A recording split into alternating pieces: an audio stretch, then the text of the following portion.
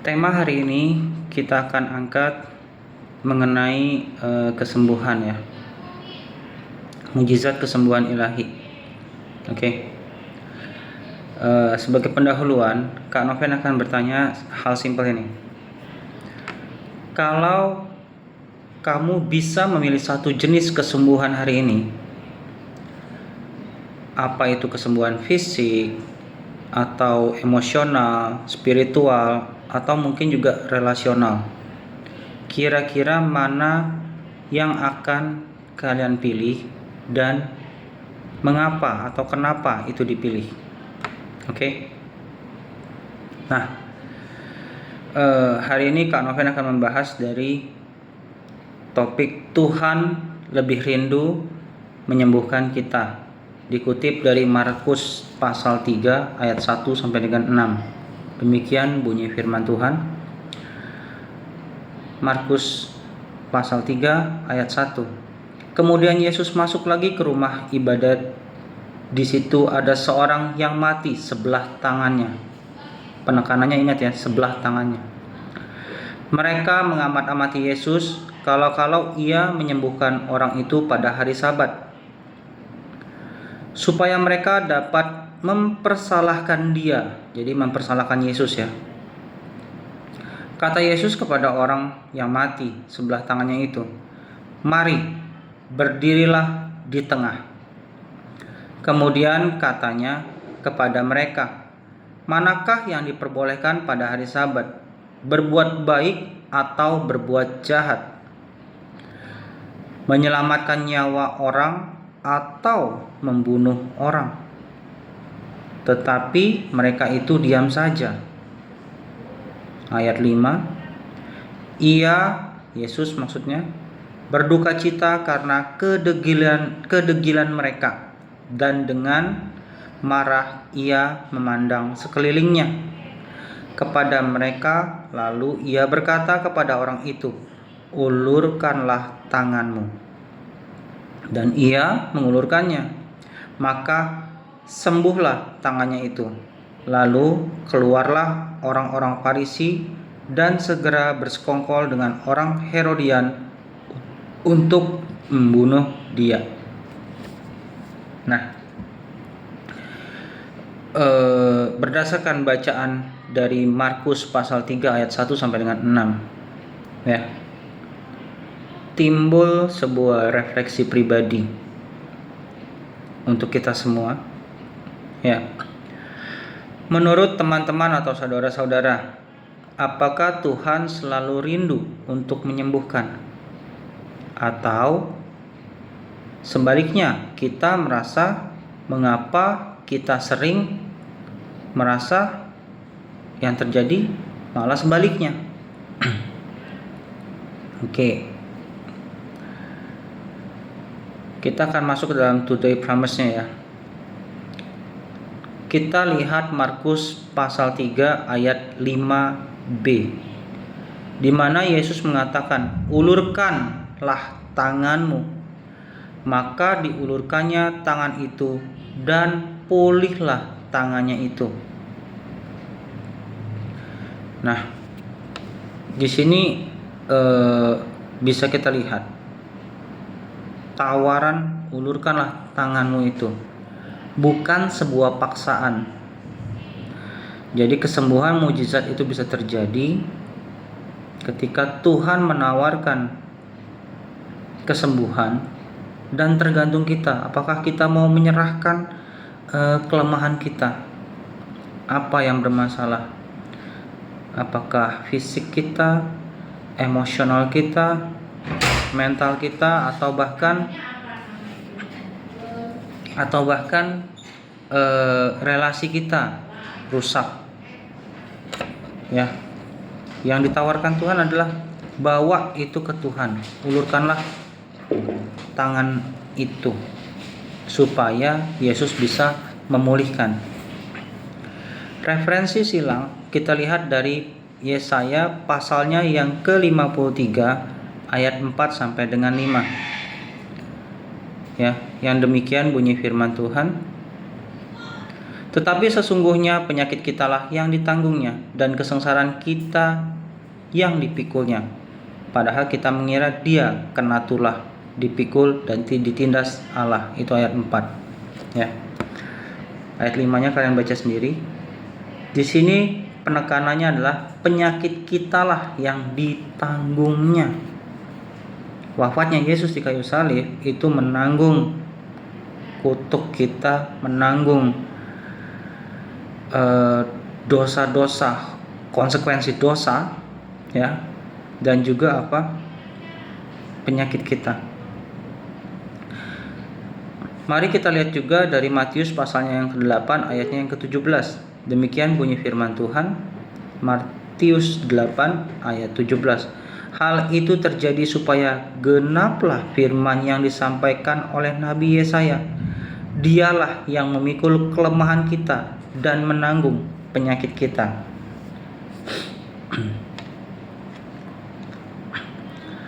Lalu mari kita lihat dari Mazmurnya yang 103 ayat 2 sampai dengan 3, di mana yang intinya adalah dialah yang menyembuhkan segala penyakitmu, penyakit Anda dan saya.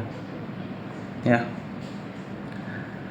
Kita harus ingat, pernah dikatakan dari firman Tuhan, oleh bilur-bilurnya, ya, kita menjadi sembuh. Mari kita lihat mengapa oleh bilur-bilurnya itu berkuasa atas hidup kita. Kita lihat dari Amsal pasal 20 ayat 30. Demikian firman Tuhan. Bilur-bilur yang berdarah membersihkan kejahatan. Bilur-bilur yang berdarah membersihkan kejahatan, dan pukulan membersihkan lubuk hati. Lalu bisa kita lihat dari Yesaya pasal 53 ayat 5. Demikian bunyi firman Tuhan. Tetapi dia tertikam oleh karena pemberontakan kita, dia diremukkan oleh karena kejahatan kita. Ganjaran yang mendatangkan keselamatan bagi kita ditimpakan kepadanya, dan oleh bilur-bilurnya kita menjadi sembuh. Ya, ingat, kita itu sembuh oleh karena pengorbanan Yesus. Oleh bilur-bilurnya kita menjadi sembuh. Lalu mari kita lihat juga 1 Petrus pasalnya yang kedua. 1 Petrus pasalnya yang kedua ayat 24. Demikian bunyi firman Tuhan. Ia sendiri telah memikul dosa kita. Ia sendiri telah memikul dosa kita di dalam tubuhnya di kayu salib, supaya kita yang telah mati terhadap dosa hidup untuk kebenaran. Penekanannya kita manusia yang hidup dalam kebenaran, bukan dosa, ya.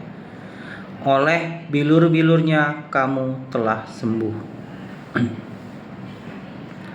Untuk diskusi kecil dalam kelompok, dari ayat-ayat ini, apa motivasi Tuhan untuk menyembuhkan?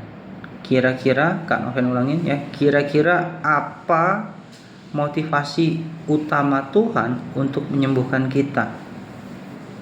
Yang kedua, apakah hanya kuasa atau ada kerinduan relasi dan pemulihan utuh? Itu untuk diskusi kelompok, ya. Lalu kita akan kupas today thought-nya, ya. Today thought-nya, mari kita lihat secara kekristenannya, ya. Yesus menyembuhkan sebagai wujud hati Bapa yang mau memulihkan, bukan sekedar pertunjukan kuasa. Ia menyentuh mereka yang diabaikan oleh sistem agama, oleh sistem sosial masyarakat, atau sistem apapun itu. Inilah misi utama Yesus, misi utama Mesias. Kalau kita lihat dari pola umum manusia, atau bisa kita anggap ini sebagai antropologisnya.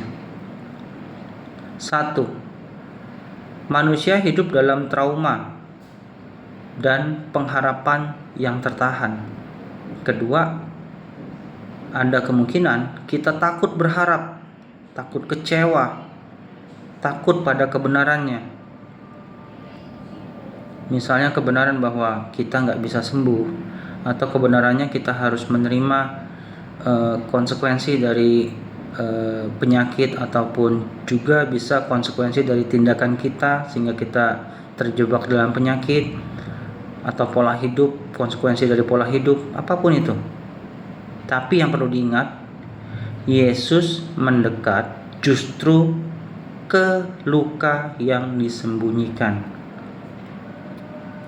Mari kita lihat dari konteks Markus pasal 3 ayat 3. Kata Yesus kepada orang yang mati sebelah tangannya itu, "Mari, berdirilah di tengah." Maksud dari berdirilah di tengah, maknanya antara lain, Tuhan memanggil orang yang terluka untuk tampil, bukan disembunyikan. Di tengah juga untuk tahu bahwa orang-orang yang punya kekurangan tidak harus minder, tapi berani menghadapi kenyataan dan sudah berdamai dengan diri sendiri, sehingga orang tersebut berani tampil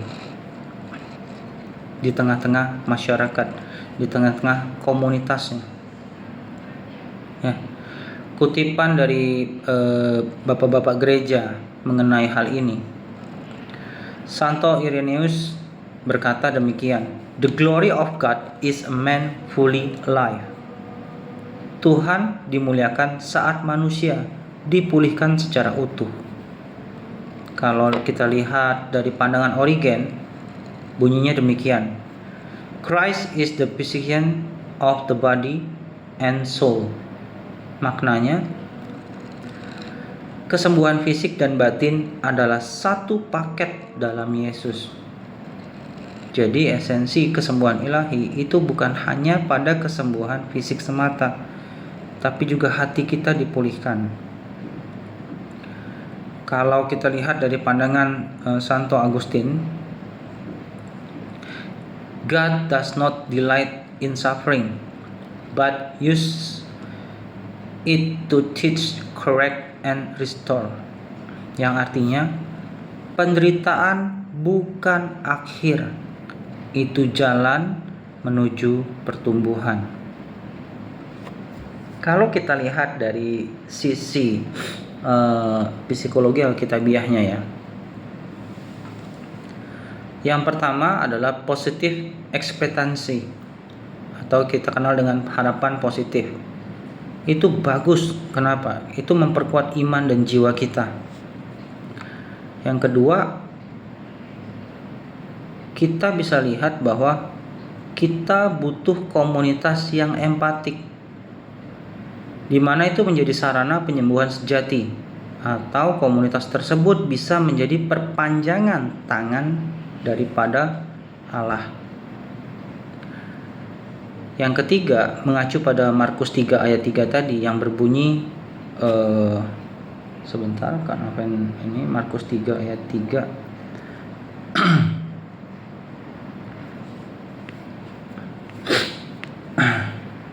Markus 3 ayat 3.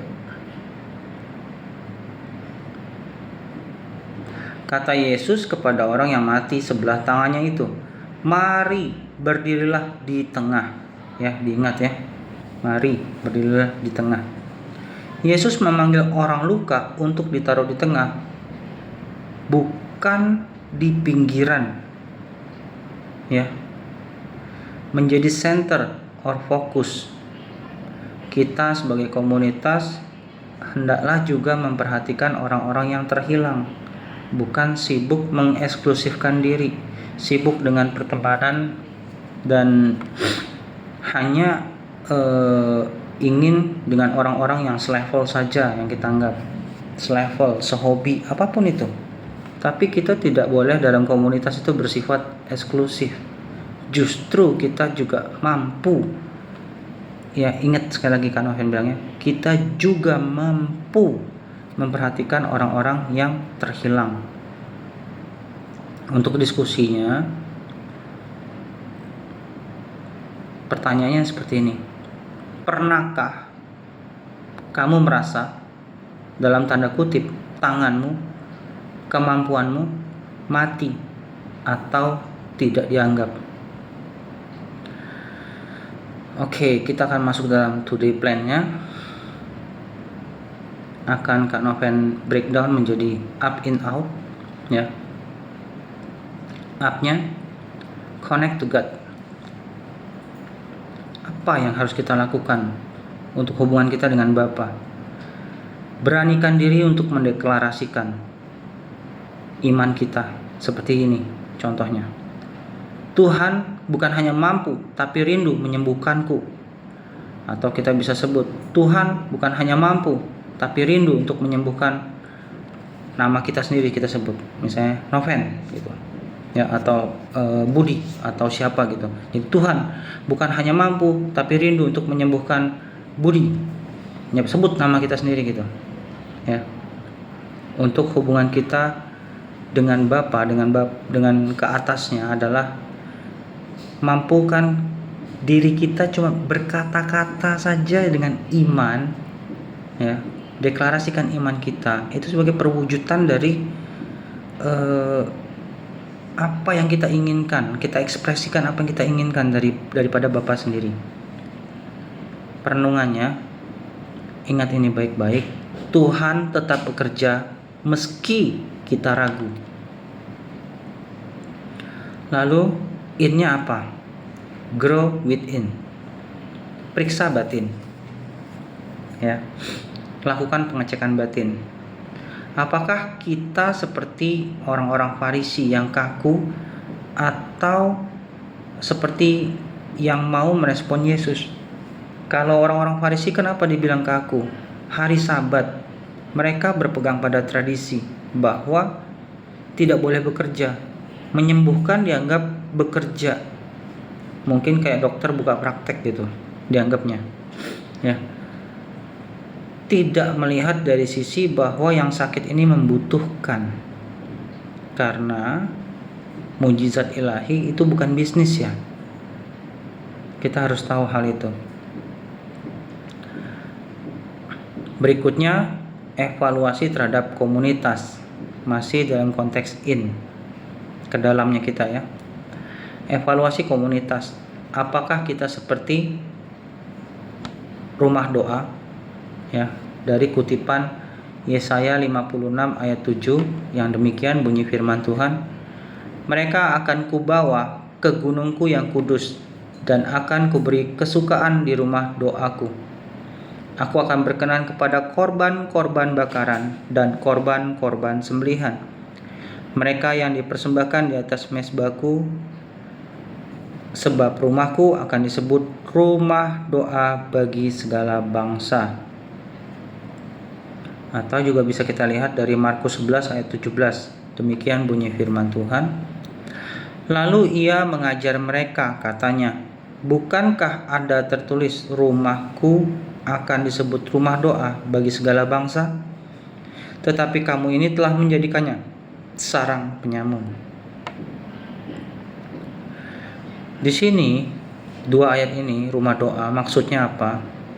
Rumah doa itu adalah tempat penghiburan dan pemulihan hubungan dengan Tuhan. Ya. Dan juga bagaimana kita berelasi dengan Tuhan secara konsisten. Jadi apakah kita menjadi rumah doa atau menjadi rumah roti? Rumah roti akan kita lihat dari ayatnya Matius pasal 25 ayat 35 sampai dengan 36. Yang Kak Noven akan bacakan ayat 35. Kalian baca sendiri ayat 36 ya. Demikian bunyi firman Tuhan. Sebab ketika aku lapar, kamu memberi aku makan. Ketika aku haus, kamu memberi aku minum. Ketika aku seorang asing, kamu memberi aku tumpangan. Dan selanjutnya, ayat 36, Kak Noven harap kalian baca sendiri-sendiri. Jadi rumah roti di sini maksudnya apa? Tempat kebutuhan jasmani dan rohani ditopang.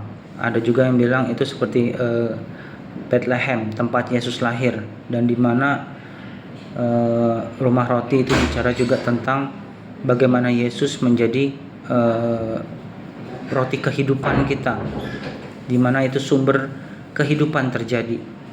Ya. Terus yang berikutnya, rumah doa secara makna filosofisnya dari ayat-ayat yang tersedia. Satu, tempat mencari makna hidup. Kalau dari sisi lainnya, tempat memahami kehendak Tuhan. Rumah roti bisa dimaknai secara filosofis tempat kebutuhan dasar dipenuhi, dan juga tempat mengenal keinginan dan pertumbuhan jiwa. Apa implikasinya? Keseimbangan doa dan roti, ya, rumah doa dan rumah roti perlu adanya keseimbangan, di mana komunitas yang sehat jasmani dan rohani. Kita usahakan komunitas kita menjadi komunitas yang sehat secara jasmani dan rohani. Akan masuk ke yang ketiga, up in out. Sekarang masuk yang outnya, ya. Apa yang kita mau menjadi output dalam kehidupan sehari-hari kita? Satu, bangun komunitas yang dalam out ini kita kasih satu poin saja, ya. Bangun komunitas yang menjadi komunitas untuk pemulihan, penyembuh, ya. Dengan cara apa? Satu, saling mendoakan. Kedua, hadir secara utuh bagi orang-orang yang membutuhkan. Kita hadir, jangan karena eksklusif kita jadi sibuk pada orang-orang yang kita mau dekat saja, ya. Ketiga, bertindak atas dasar kasih, bukan kaku akan aturan, sehingga lebih mementingkan seperti orang Farisi, lebih mementingkan tradisinya daripada belas kasihnya pada orang-orang di sekitar kita, pada orang-orang yang membutuhkan. Keempat, fokus pada transformasi pikiran. Roma 12 ayat 2. Janganlah kamu menjadi serupa dengan dunia ini, tetapi berubahlah oleh pembaruan budimu, sehingga kamu dapat membedakan manakah kehendak Allah, apa yang baik, yang berkenan kepada Allah, dan yang sempurna. Ya, jadi fokus pada transformasi pikiran dan juga hati. Ayatnya untuk hati, jaga hati, Amsal 4 ayat 23. Saya yakin saudara-saudara sudah pada tahu, ya. Jagalah hatimu dengan segala kewaspadaan, karena dari situlah terpancar kehidupan. Juga ada ayat lain mengenai hati yang dikatakan, jagalah hati nurani kita agar iman kita tidak kandas di perjanjian baru, ya. Nah, berikutnya untuk reflektifnya akan Kak Noven urai dalam skor, ya. Pertama, self awareness. S-nya self awareness. Coba renungkan, apa doa, ya, apa doa pemulihan yang kita takut ungkapkan, atau apa yang takut kita harapkan dari pemulihan itu. Kita takut mengungkapkannya itu mengapa? Apakah takut kecewa atau apa? Atau takut kalau itu tidak terjadi iman kita goncang? Coba dipikirkan. K, kontrol realistis. Kita tidak bisa atur cara ataupun waktu Tuhan, tapi bisa memilih untuk tetap percaya. O, optimisme objektif. Meski ditolak, Yesus tetap menyembuhkan. Jadi, bagi kita semua masih ada harapan. Mau masyarakat di sekitar kita tidak menerima kita, ingat, simple, Yesus masih ingin memulihkan kita. Karena Yesus selalu suka inisiatif. Baik Yesus yang berinisiatif untuk menyembuhkan, ataupun Yesus lihat manusia yang berinisiatif karena imannya. Masih ingat ada orang yang sakit yang diturunkan dari atap? Yesus juga salut dengan orang-orang seperti itu. Yesus suka sekali melihat yang namanya inisiatif, either dari pihak Yesus yang berinisiatif ataupun dari pihak manusia yang melakukan inisiatif. Berikutnya, resiliensi rohani. Kesembuhan itu bertahap tapi pasti. Jadi, jangan menyerah. Dalam prosesnya, sabar dan jangan buang iman kita. Ingat Lukas 18 ayat 8 yang bunyinya demikian. Lukas 18 ayat 8. Sebentar ya. Lukas 18 ayat 8. Demikian bunyi firman Tuhan dari Lukas pasal yang ke-18 ayat 8. Aku berkata kepadamu, ia akan segera membenarkan mereka. Akan tetapi jika Anak Manusia itu datang, adakah ia mendapati iman di bumi? Mendapati iman di bumi. Yesus mencari apakah masih ada orang-orang yang masih beriman ketika dia datang. Ya. Sebagai doa penutup, mari kita berdoa. Tuhan yang penuh kasih, kami percaya bahwa Engkau bukan hanya mampu menyembuhkan, tetapi sangat rindu untuk menyembuhkan kami. Ulurkan tangan-Mu atas setiap luka di tubuh kami, di jiwa kami, dan dalam komunitas kami. Kami mengulurkan tangan kami dan berkata, jamahlah kami Tuhan. Kami tidak hidup dalam ketakutan, melainkan dalam pengharapan. Dalam nama Yesus kami berdoa. Amin. Sebagai pertanyaan reflektif penutup untuk diskusi. 1. Apakah saya pernah kecewa terhadap Tuhan karena penyembuhan yang tak kunjung datang? Kedua, bagaimana saya bisa mulai berdiri di tengah, berani mengakui luka saya? Ketiga, apa satu langkah konkret yang bisa saya lakukan untuk membuat komunitas saya menjadi rumah doa dan rumah roti? Demikian sharing Kak Noven hari ini. Tuhan Yesus memberkati.